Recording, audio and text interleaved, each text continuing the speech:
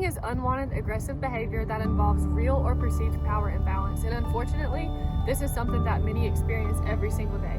And as a matter of fact, 1 in 5 students report a type of bullying at any given time, and that's only those who report it. Bullying can come in many different forms. It can be physical, verbal, emotional, or even cyberbullying on the internet. In a technology-driven world, cyberbullying has become very frequent.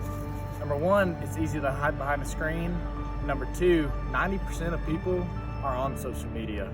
Statistically, the middle school age group experiences cyberbullying more than any other age group.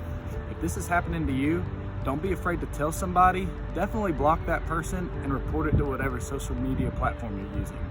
Bullying can happen to anyone, but most people are bullied for their religious beliefs, their cognitive abilities, their race or their ethnicity, and even being part of the LGBTQ community.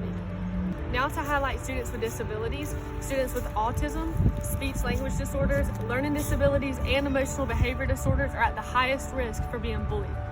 There are certain ways that schools can help this though. Schools can provide multiple opportunities for students of all abilities to form meaningful relationships with each other and provide social intelligence training for all.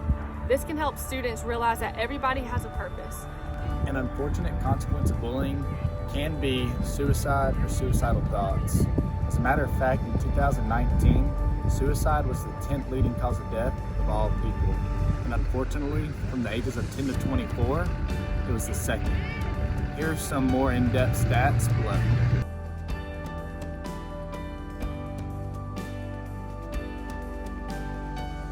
It's very important to be able to recognize the warning signs for suicide. Oftentimes, when people feel suicidal, they may mention death, feeling hopeless, or feeling like others are better off without them, like they're a burden. They might also be withdrawn, have crazy mood swings, and even sleep too little or too much. While there are many factors that may lead someone to commit suicide or think about committing suicide, there are also protective factors that can prevent against it. Whenever people feel a strong sense of community, whether it's with their friends, at school, or even family connectedness, they're less likely to commit suicide. Some other protective factors include teaching conflict resolution and even just normalizing that it's okay to seek help if you need it. Effective clinical instruction is very important in having the resources available. We've went over a lot about bullying, and bullying is something that's very important to me because personally, it's something that I had to deal with in elementary and middle school.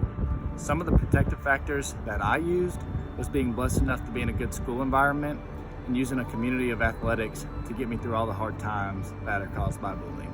I want to leave you with a final thought before providing you with resources. The world needs exactly who you were created to be. You are unique, you were created on purpose, you are fully known and fully loved and never too far gone.